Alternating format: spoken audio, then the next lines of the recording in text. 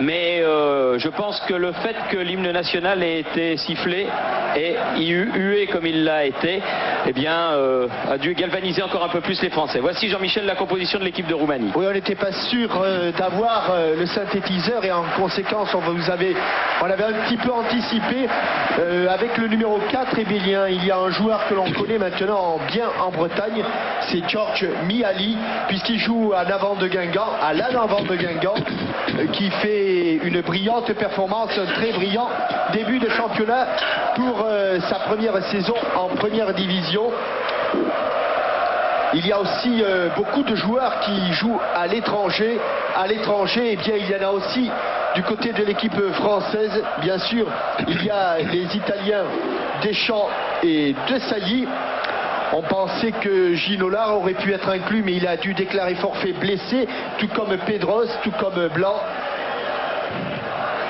Et un autre anglais entre parenthèses aurait pu éventuellement jouer. Il a fait son grand retour depuis le 1er octobre contre Liverpool sous le maillot de Manchester. C'est Eric Cantona. Mais voilà, donc c'est avec cette équipe qu'Aimé Jacquet et les Bleus vont essayer de franchir le rideau jaune, l'équipe roumaine. Dans la surface de réparation, oui, il a été croisé, sa tête mais pas suffisamment. Dugarry, et elle va sortir en touche juste à côté du poteau de corner, touche pour la Roumanie. Hadji pied gauche. Attends, j'ai pas de crayon. Il va frapper, elle est bien partie. Elle est superbement partie et elle était à ras de terre pour Djorkaeff. Dugarry, oui, bien fait. Allez, allez, frappe. Il a enlevé son tir. Oui. Je l'ai entendu crier un mot cher à Cambronne d'ici. Et légèrement sur le côté droit.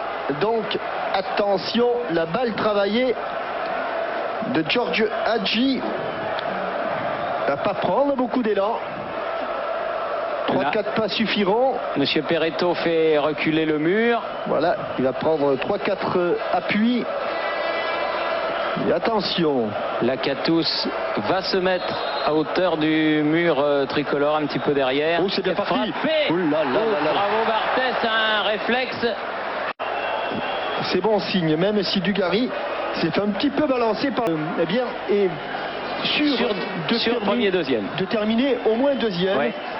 Et qu'évidemment tout va se jouer au dernier match entre la France et Israël. La dernière journée plutôt, entre la France et Israël d'un côté, la Slovaquie et la Roumanie de l'autre pour la première place. Mais c'est aussi important car de toute façon si l'équipe de France finit deuxième, peut-être qu'avec cette victoire et une victoire contre Israël, elle éviterait d'être parmi les moins bons deuxièmes. Les moins bons deuxièmes, la 7e ou 8e nation moins bonne deuxième.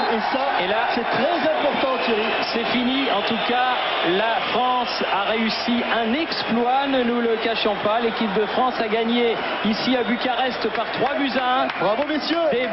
Bravo messieurs, oui, des buts signés Karambeu, Djorkaeff et Zidane contre un but de Lakatos. Jean-Michel vous a dit les cas de figure, la France remonte à 1 point de la Roumanie dans son groupe. Elle jouera son dernier match le 15 novembre à Caen contre l'équipe d'Israël, alors que la Roumanie effectuera un périlleux déplacement en Slovaquie où la Slovaquie a battu la Pologne par 4-1.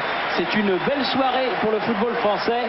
Bravo les petits gars, vous nous avez fait très plaisir. Ici le stade du Steaua à Bucarest, à vous Paris.